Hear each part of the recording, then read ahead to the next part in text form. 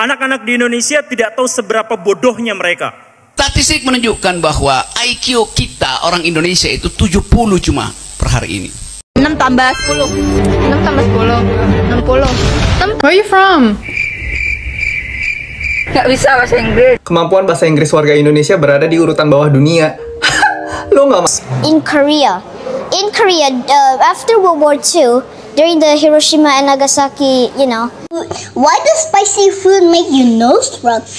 But it is that make me strong. But it is that make me. This one. Yes.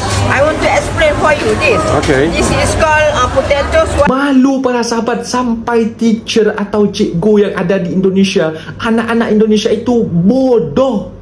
Assalamualaikum warahmatullahi wabarakatuh. Jumpa lagi para sahabat dan teman-teman dengan Mas Farhan. Gimana kabar-kabarnya? Semoga kalian semua sehat-sehat sahaja.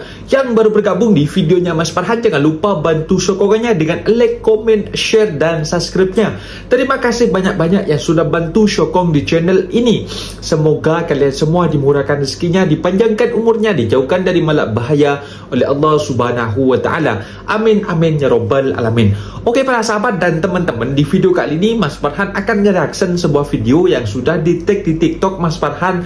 Banyak di antara anak-anak bangsa Indonesia yang tak fasih dan tidak paham untuk menghitung dan juga tidak bisa berbahasa Inggris. Dan di sekolah buat apa? Sedangkan anak-anak di Malaysia yang Mas Farhan di-share, ditengok di TikTok itu para sahabat, pandai sangat berbahasa Inggris. Dan juga ada juga makcik-makcik pun yang jualan di sana juga pandai bahasa Inggris para sahabat. Dan di Malaysia ini rata-rata orang yang Mas Farhan tahu, rekan sekerja Mas Farhan, itu semuanya pandai berbahasa Inggris para sahabat. Tapi malah di Indonesia anak-anak kita malah difokuskan untuk belajar TikTok, joget-joget TikTok.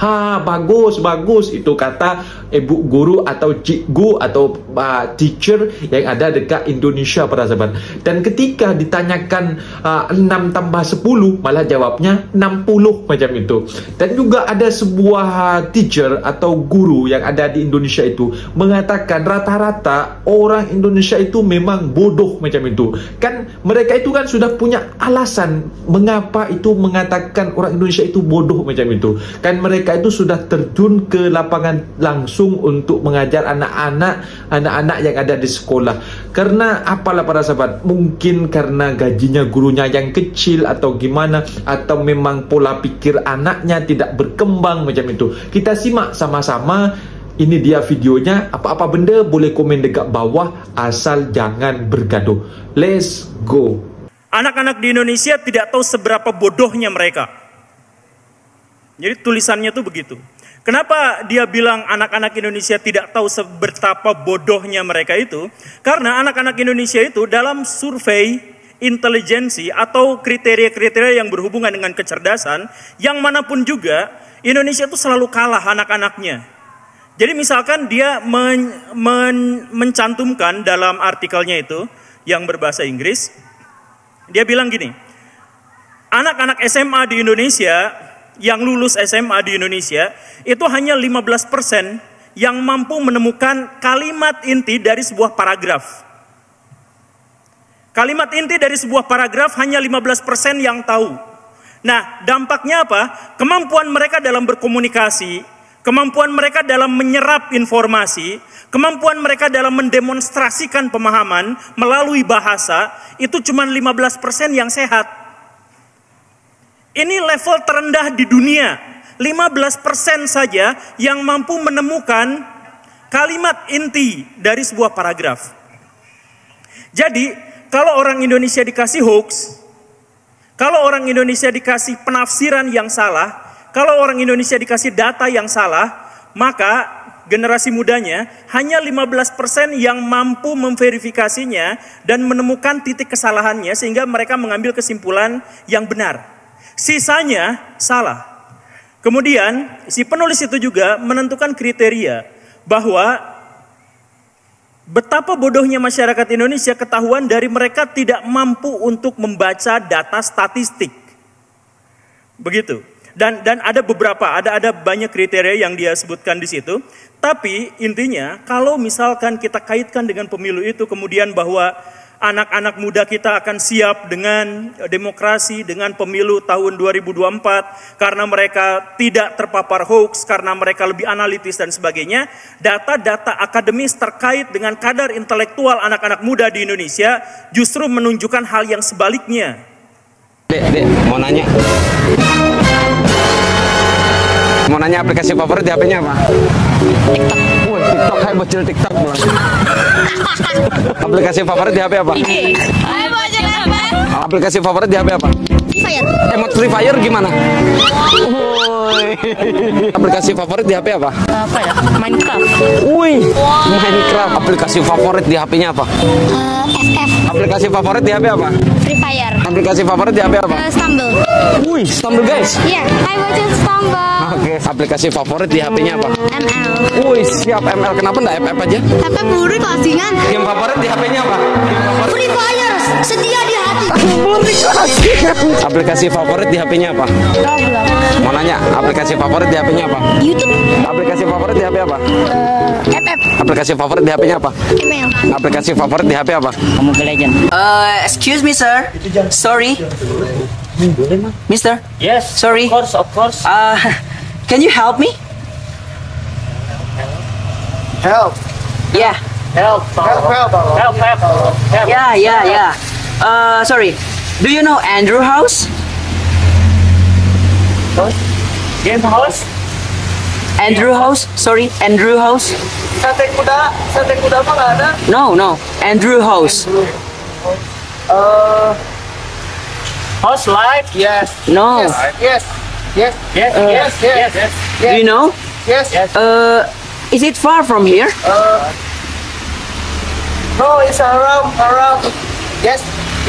Thinking far. Yes. Thinking far. No, Linkin Park. Yes, I do. Yes, I do. Tukang es di Aradu. Mister. Yes. Gak bisa, Mister. Gak bisa Inggris. Oh, okay. No. Okay. Sorry. Oh, yes or no. Okay. Yes or no. Thank you. Yes. Sorry. Thank you, Mister. Yes. Oh, yes or no. Kenapa sih orang Indonesia ini susah untuk bisa menguasai bahasa Inggris? Karena mereka masih mengikuti pola yang lama, masih menghafal kosakata gitu. Nah, padahal dalam soal pembelajaran, dalam percakapan, bahan dasarnya bukan kosakata tapi kalimat. Mulai dari kalimat yang paling sederhana seperti welcome, good morning, good afternoon, good evening, good night, goodbye, see you tomorrow. Nah, saya sudah membuat suatu strategi bagaimana untuk membuat anak-anak Indonesia ini bisa bahasa Inggris dalam waktu singkat. Cuma 10 hari itu anak-anak mampu menguasai 300 kalimat. Dan ini saya rasa ini fondasi yang... Statistik menunjukkan bahwa IQ kita orang Indonesia itu 70 cuma per hari ini. Dekat-dekat simpanse itu. Singapura berapa? 115. Vietnam 100. Jadi kita mesti cari tahu kenapa IQ nasional kita turun. Itu artinya ada rahim ibu-ibu, ada rahim perempuan yang tidak diasupi oleh nutrisi itu. Dasarnya itu.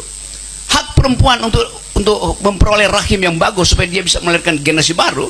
Hak perempuan untuk minum susu, dapat telur, segala macam protein itu.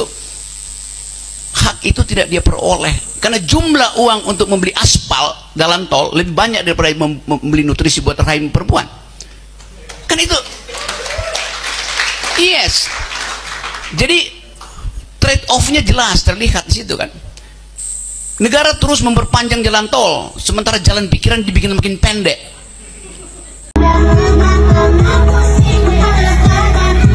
Hebat. Ikut semua angkat tangannya. Angkat tangan semua kelas 6.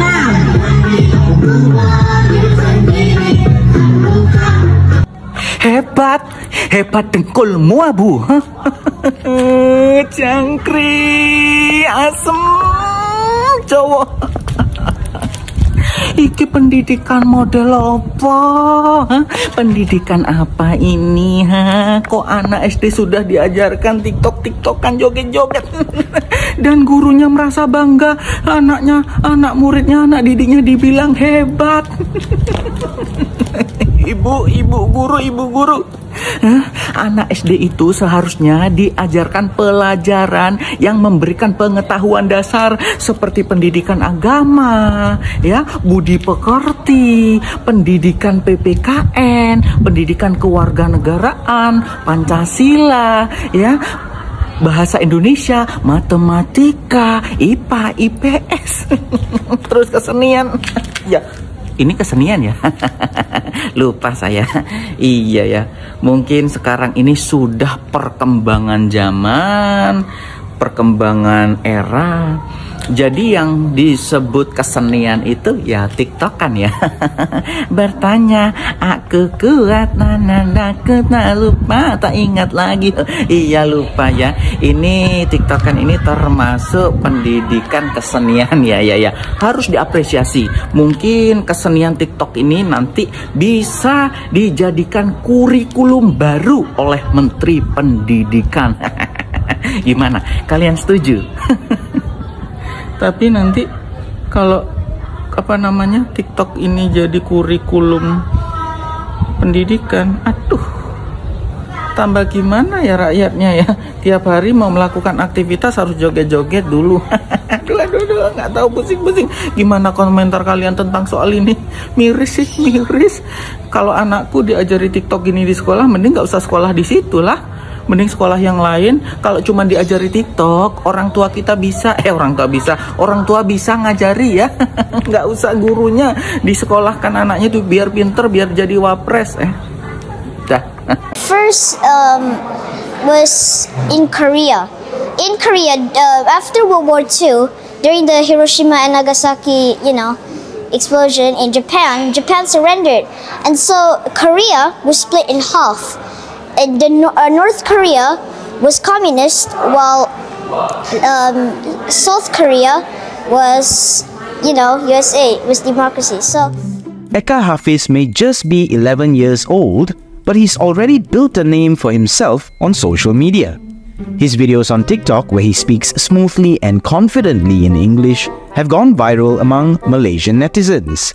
His most popular video, Bebel Tapuas Hati, has been viewed over 2 million times.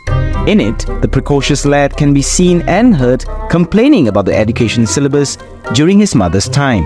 The video has been liked over 135,000 times. In another series, Eka recites facts about the history of the country, touching on the invasion of Old Malacca and going all the way to the formation of Malaysia in 1963. So, how does he feel when making these videos? I feel kinda excited, although a bit nervous, but not really. According to his father, Hafiz Azam, Eka picked up his impeccable style of speaking from watching educational videos and game streams on the internet. As for his love of history, Hafiz chalks it up to their family trips, during which his son loves nothing more than to share stories and background information about the places they visit. Neither Eka's father nor mother expected their son to go viral on TikTok. Her aunt, who lives with us, likes to document them so that her family in Sabah can view them. That's the actual intention for a lot of the content that she put on. Is we don't plan for to be viral or something. It's just sharing with our families. Eka's favorite subject in school is, of course, sejarah, although he says he is interested in studying robotics in the future. Hopefully, he goes from talking about history to making history. To learn more about Eka, check out the full article by logging on to FMT and following us here. What you want to ask me, Ken? I have a bag, please. Huh? I have a bag, please. This one? Yes. I want to explain for you this. Okay. This is called potatoes, white potatoes. Okay. This is called groundnut. That means kacang tanah. And this is called? This called is fruits. I don't know the name. You don't know the name? Okay. Only we call that jering rebus. Okay. Nah, itu dia para sahabat dan teman-teman video yang sudah kita simak. Malu ya para sahabat ketika kita sudah diambang untuk dijadikan negara maju di tahun 2045, tapi generasi anak muda yang malah asik dengan bermain scroll TikTok, bahkan ketika juga ditanya aplikasi apa favorit anda di HP anda macam itu. Ya, nombor 1 TikTok, nombor 2 IG macam itu. Bukannya balik rumah itu mau belajar macam itu. Kan Mas Farhan dulu masih budak-budak ya, kalau sudah balik kerja itu meskipun emak bapak Mas Farhan itu tak nyuruh macam itu, kita itu harus belajar para sahabat, karena kita itu malu macam itu. Apalagi ketika perkalian atau cara menghitung itu setiap hari dulu itu kita sistemnya setor dari perkalian 1, perkalian 2, perkalian 3, perkalian 4 sampai 10. Setiap hari itu kita nyetor itu. Kalau yang mau balik duluan setor, kalau habis kita balik duluan, kalau tak habis kita balik belakangan macam itu para sahabat. Lain macam di zaman anak muda yang akan menjadi generasi di tahun 2045. 2045 dinyatakan Indonesia akan menjadi Indonesia emas macam itu. Tapi kalau nengok anak mudanya semacam itu, tak mungkin para sahabat. Kayak semacam mustahil macam itu para sahabat. Harap-harap dengan adanya sekarang itu orang menengok banyak konten-konten tentang kebaikan untuk memajukan negara kita. Banyak mereka itu berpola pikir, dan juga ibu-ibu dan juga bapak-bapak boleh menengok sebuah video dan juga menerapkan jangan terlalu menyekrol TikTok ataupun media sosial di masa kanak-kanak. Harus bergiat untuk belajar, karena masa depan itu masih panjang ya macam itu para sahabat.